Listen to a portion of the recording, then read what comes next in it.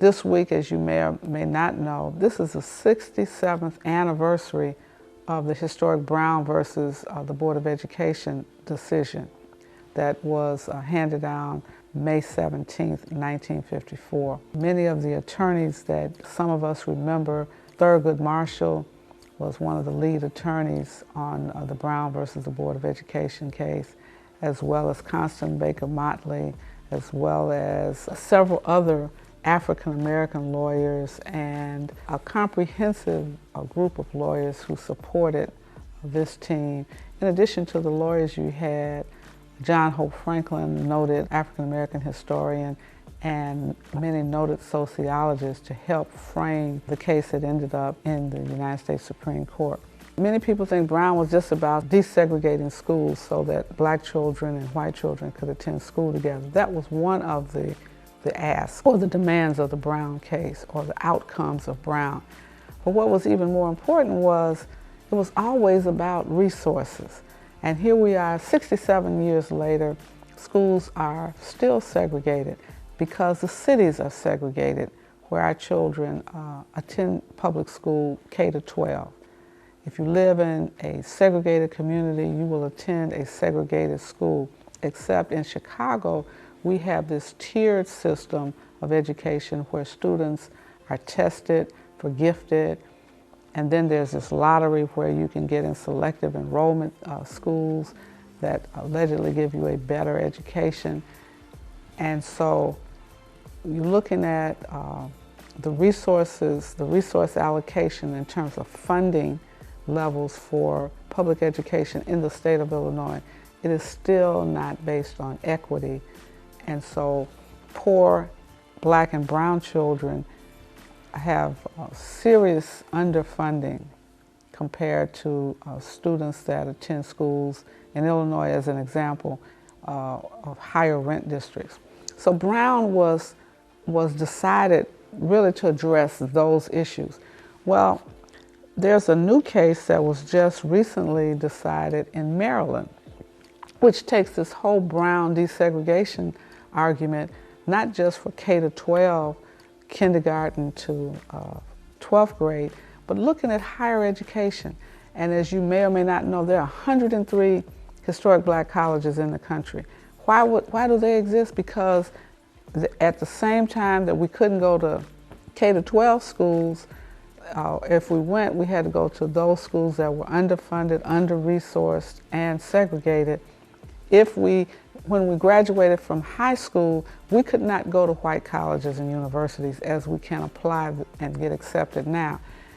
So we created our own institutions of higher learning, but our schools never received the kind of funding from the states where the schools were located that would give them an equal opportunity to provide a high quality education to the students that attended. In terms of the facilities, in terms of the teaching resources. And just think about this. In the backdrop of COVID, what do you need if you're going to be educated at any level? You need access to Wi-Fi, you need access to technology, because we were remote. Students were told to engage in remote learning. We still see the disparity. We still see the challenges 67 years later. Well, in Maryland, there are a group of alumni and others filed a lawsuit in Maryland because what they discovered, it's called, what they discovered in Maryland, that HBCUs, historic black colleges and universities, were not getting the sufficient funding that they needed to maintain the high quality education that they were providing to students. And they found that the majority institutions in Maryland were competing with the HBCUs and taking the unique curriculum and majors that the HBCUs were providing and offering it at their institutions and taking funds from the state of Maryland, which left the HBCUs struggling for funding.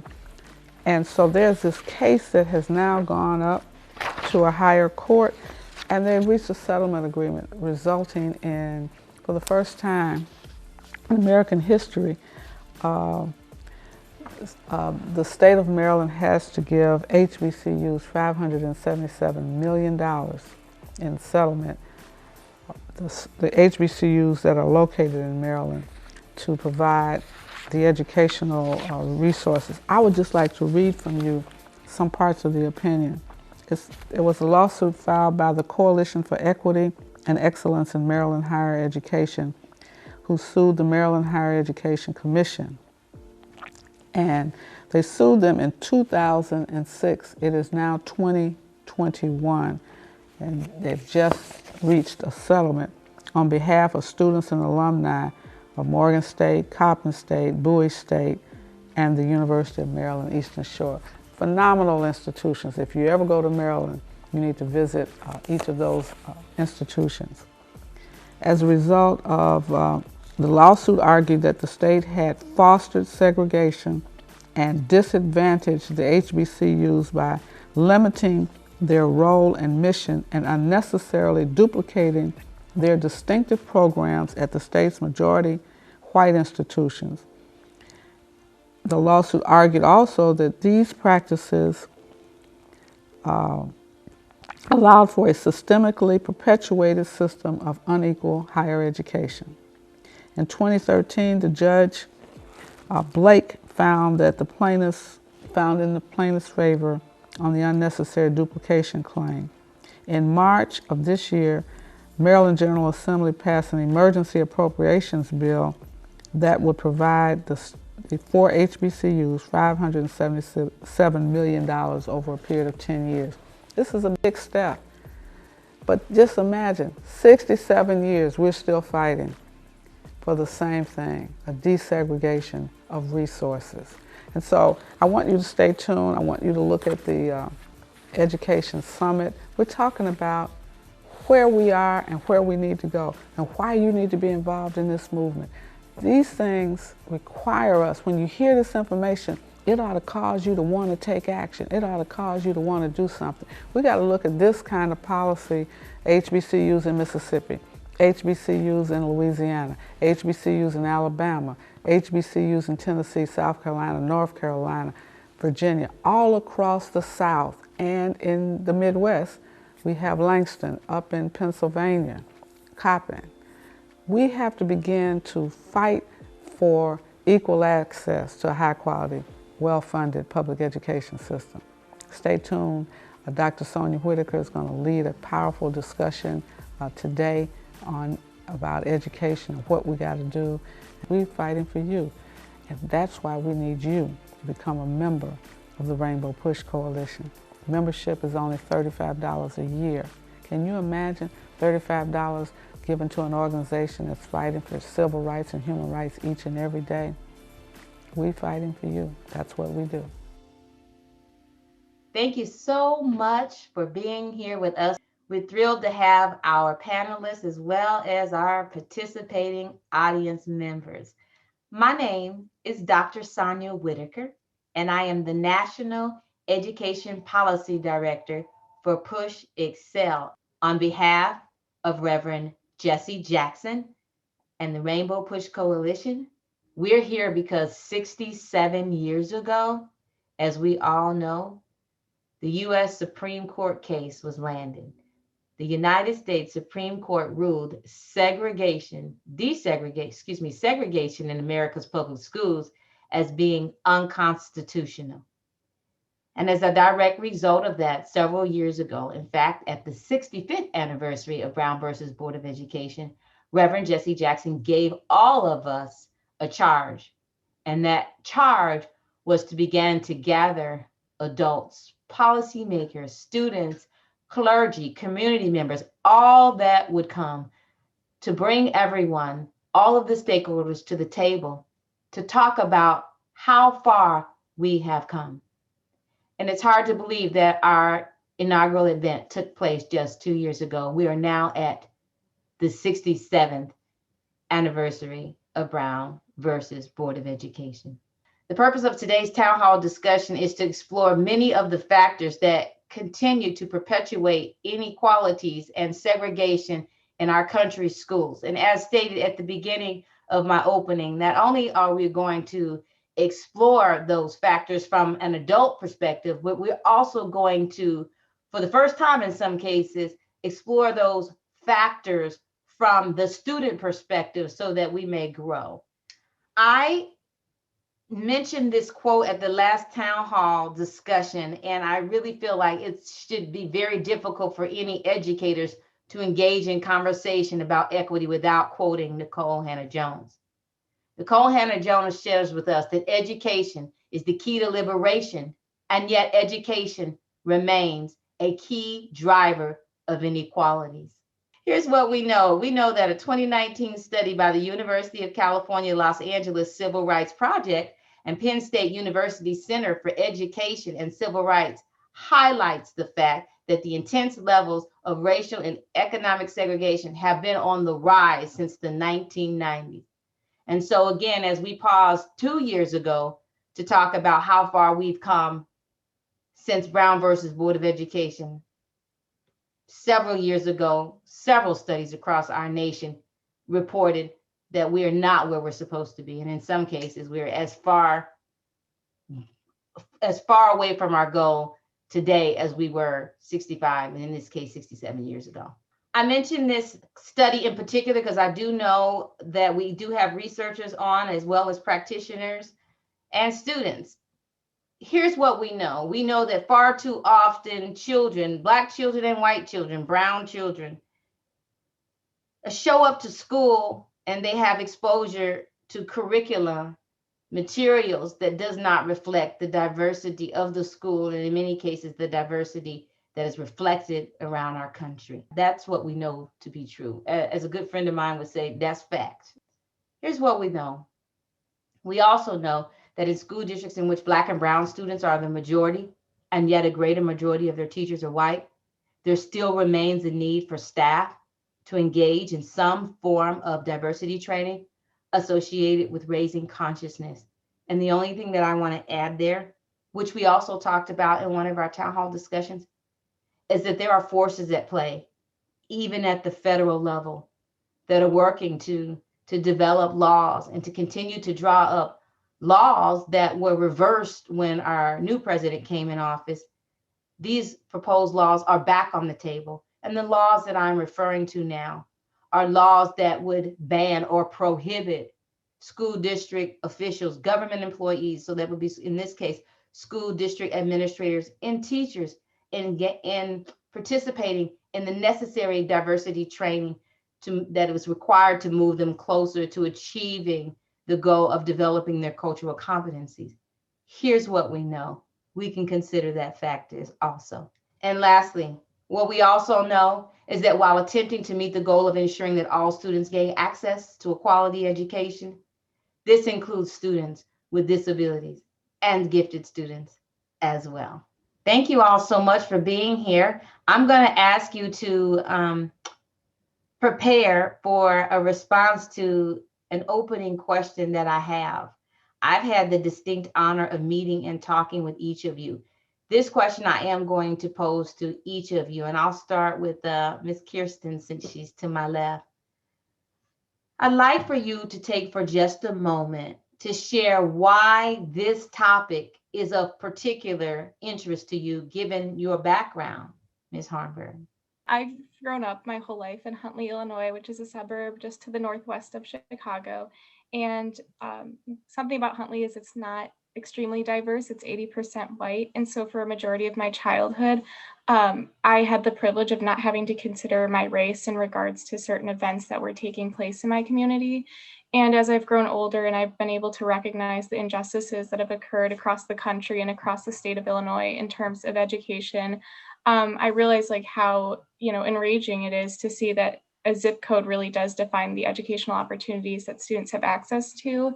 And coming from my district that does have a bit of wealth of resources, seeing how we have these resources and we're not using them effectively to kind of dismantle the racism in our own community. And so that's something that has kind of driven me to join the State Board of Education and continue into my career. It's my community. I grew up in the south side of Chicago, so naturally, kind of unlike Kirsten, I kind of had the other side of the ball. Where I grew up, it was a large majority Black or Hispanic people of color. And in the schools I went to, it was extremely unequitable. When you went, we were known, our community is known as a book desert. It's something only I later found out later in life and understood what that really meant. But a book desert means where you don't have access to books, you don't have libraries, you don't have bookstores within miles radius of you. So as I was doing this work on ISB, I was just realizing how inequitable the system is and not just my community. So growing up, I was able to feel the effects of just these different proposed laws and how we say that Board of Education, like really how much has changed. It's true. When you're in these schools, you don't feel that much that has changed. So I kind of felt that it's my duty, because if not me, then who? Like I have to go in and I have to make the change in these communities, because it hasn't changed in these 65 years, or it hasn't changed enough. So I think it's just my duty, along with all my other students, to go in and do the necessary work. I think what drives me is my story of being a child that grew up on the west side of Chicago and then moving out to the suburbs of Chicago. And I've seen both spectrums and both sides, because I think of it as I grew up in a part that had high crime rates and was stereotypical of what most people view as Chicago. But to me, it was a great experience because that was what I knew. And then I came out here, and inside the suburbs is a different experience and I have different access to resources. And I think that's one of my drivers for me personally, is because I want to make sure that students that grew up where I grew up are able to have those same experiences and are able to have the same access to important and necessary resources as well. So I think that's really what drives me and what really makes me want to know what can we do to really move the needle and keep moving forward. I have been able to experience both sides of the spectrum. Growing up from kindergarten to 6th grade, I went to a predominantly Black school on the South Side in Hyde Park. And I was in contact, I had many Black teachers. Like I said, the students were Black. So, I felt very comfortable in the nature. And then 7th grade, I transferred to a predominantly white school on the north side of Chicago. So in that environment, I was one of the few only Black students. And my only Black teacher was my gym teacher. So other than that, I had no other any other Black teachers or leaders in front of me who I could, look up to and, really get that close relationship that I had at my previous school. And what I noticed was when I transferred to the other school was, they had MacBooks and we had all these different classes and we were able to do all these different opportunities that I never realized that I was missing out at my former school. So I was able to really just see like, wow, all these things that I had here, I never even thought of, having these same opportunities and resources and things of that nature at this previous school. And not to say that the previous school wasn't, good. It was wonderful. I loved my time there. But I was just able really to see just the difference between the school environment as well as the outside environment, what it was like traveling to school, just all these other different aspects that I never thought of. So, working with the Board of Education and things of that nature and able to talk to other students who have similar experiences as me and also who don't have similar experiences as me. It's just really eye-opening to have these type of discussions. These young people here today share with you a story of why this field of gifted education and the work that we do is still important. We know that 49 of the 50 states plus District of Columbia require gifted education services for their schools. Now, when I say require, we're talking here about these school districts across the nation being required to provide services for gifted students from all backgrounds. But what we know to be fact is that Black students in particular, low-income students in particular, brown students in particular are underrepresented in gifted programs. As a matter of fact, when you talk about segregation, gifted programs are some of the classrooms are some of the most segregated classrooms in the United States. Even today, here we are in the 21st century, going into the third decade of the 21st century, and we are still seeing underrepresentation in gifted programs, Black students being horribly underrepresented, overlooked.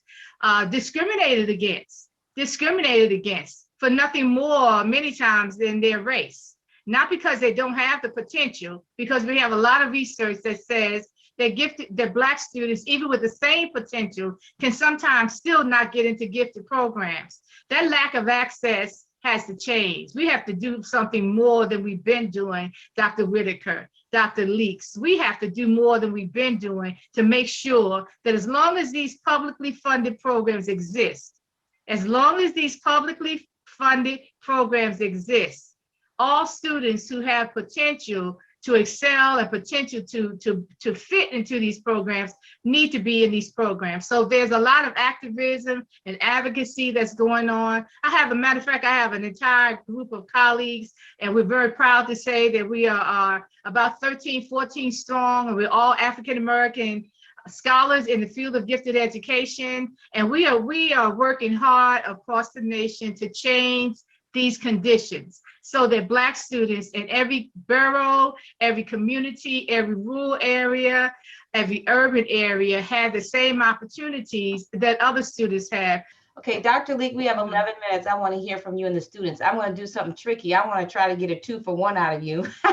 Okay. Something historical happened in the state of Illinois relevant to a resolution for which you've had to talk everywhere about over the last probably 24 to 48 hours.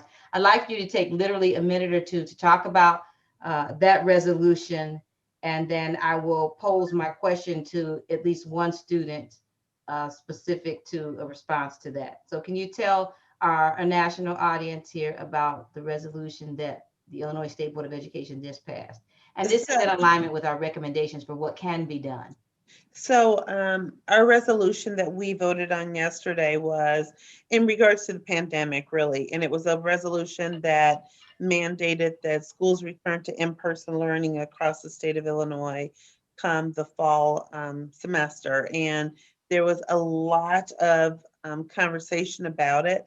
And of course, underlying that is the issue of equity to ensure that all of our students that their needs are met. But there was also a lot of questions about those students who have thrived in remote, for those parents who found that their children are doing well in remote. And so what I think it really came down to at the end of the day is the spirit of the resolution is that we want to get children in a space that's the best space for them. And that means that we as a state really do have to rethink what education looks like. And when I say rethink it, I mean we have to take a look at what the expectations are for every child. And one of the things that you were asking about, Dr. Whitaker, in terms of what we need to do in order to really push this equity envelope, there has to be a sense of accountability for the equity. So it can't just be that we talk about it, because just like we do these state assessments, and that was another big conversation. So that's a piece of equity connected to dollars. But the other part of that is, if we're saying that we want to ensure that we are reaching students and making sure that the education they get is inclusive of all, then there has to be some accountability that's connected to dollars. So our resolution yesterday was in the interest of getting the best for every child possible. And we know the research shows that the majority of our children need to be in person.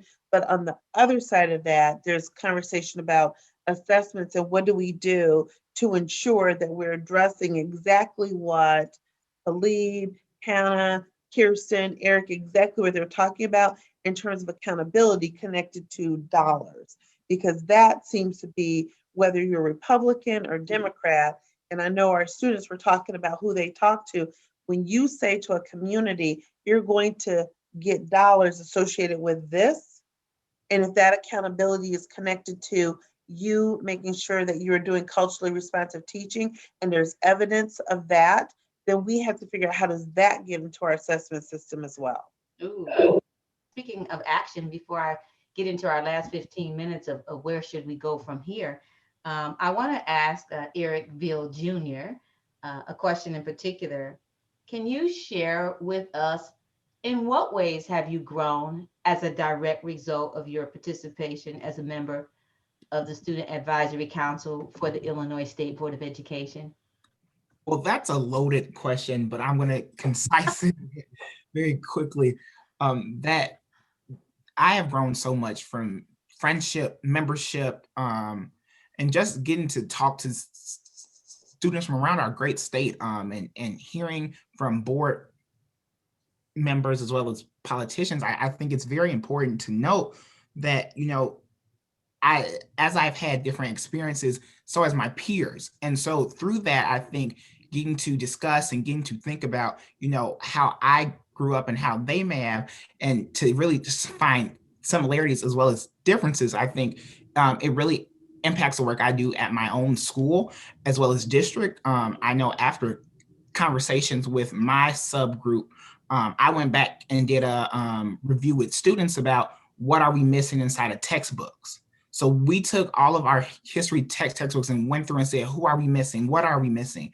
And that was a product of conversations I've had with our group.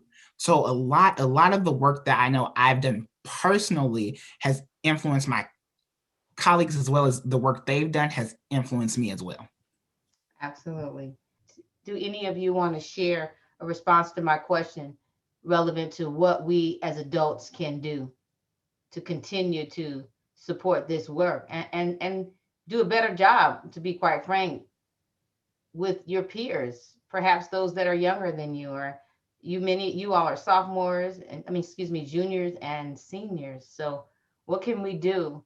I think it's really simple. And I've heard a lot about different people on this panel saying, like, a lot of people talk, lead. It's as simple as that. We need leaders. We love students leading, we love other people leading, but we need our older people, we need our seniors, we need our adults, our parents, we need them leading us. Because while we can finally make our way through, it's much easier when we have someone to look to. And everyone talks a great game, and everyone, I believe at the core, everyone wants equity, or a large majority of people want equity, a large majority enough to make this world equitable, but we need people to lead. We need people to not be afraid to speak, afraid to make action. We need people to show us what we should be doing. Just to add on to what Talib was saying, you know, with our adults and things of that nature leading, but also giving the students who like have the voices and things of that nature, the platform and conversations like these, and things of that nature where we are able to voice our opinions to larger audiences. Because of course, we can have these discussions in smaller environments, but once we're given the opportunity to speak in front of, larger politicians and stakeholders and things of that nature, so, more people can understand, this is how the students feel, and this is what they want, this is what they actually need, and things of that nature, then we're even closer to really just, stopping the talk and like walking the walk, like actually going with what. Good job. So yeah, that's what I think will also help. So I'm just so our listening audience is been paying attention. I'm going to summarize for 1 minute and then give me and Dr. Malvo our last 4 minutes here. What I've heard you say with regards to recommendations in summary is that we have to start at the state level, at the agency level, with training and advocacy. In addition, it was stated that there has to be a sense of accountability that is connected to dollars. And I can't say it better than Talib said. We also have to, those of us, he said the older folks, those of us that are in leadership positions right now or aspire to leadership actually have to lead. And then the last recommendation that was provided as a direct result of this town hall discussion is that we have to continue to give students the platform to do this work. Dr. Malvo. Thank you, Dr. Whitaker. Thank you, young people, so much for opening our eyes and reminding us that you're stakeholders. And every stakeholder in the system has to have their voice heard. It doesn't do any good for us to do top down, this is what students need, we need to hear what you have to say. So you have really blessed us with your thoughts and with your insights. I want to, really, there's not much else to say. My words are to the young youth panelists. You all follow in the footsteps of Barbara Johns, of Linda Brown, who was a named plaintiff in Brown versus Board of Education, of Ernie Green and Melba Patel Beals. You follow in the footsteps of young people who basically broke barriers challenge boundaries. And so I encourage you to continue to do that, but also the adults who are participating, listening, sharing. We have to do the same thing. We can't ask young people to do things that we're unwilling to do ourselves. So I'll just stop there. Sonia, this has been excellent. Wow, thank you, Dr. Malvo. I think that was absolutely beautiful. Thank you again, student audience. Thank you. When I feel like I can really call our audience tonight participating, because we've had a lot of questions and actually a lot of just statements in the Q&A. On behalf again of Reverend Jesse Jackson, Dr. Julianne Malvo, Reverend Dr. Jeanette, and again, our panelists, I would like to thank you for being with us here tonight. I do want to close in my last 2 minutes and share. Can I just, before you go to that, I'm sorry, I just want to congratulate Kirsten, Hannah, and Talib.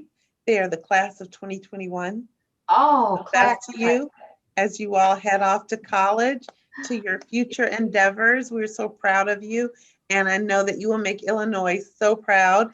And to Eric, who is his class president, going into his senior year.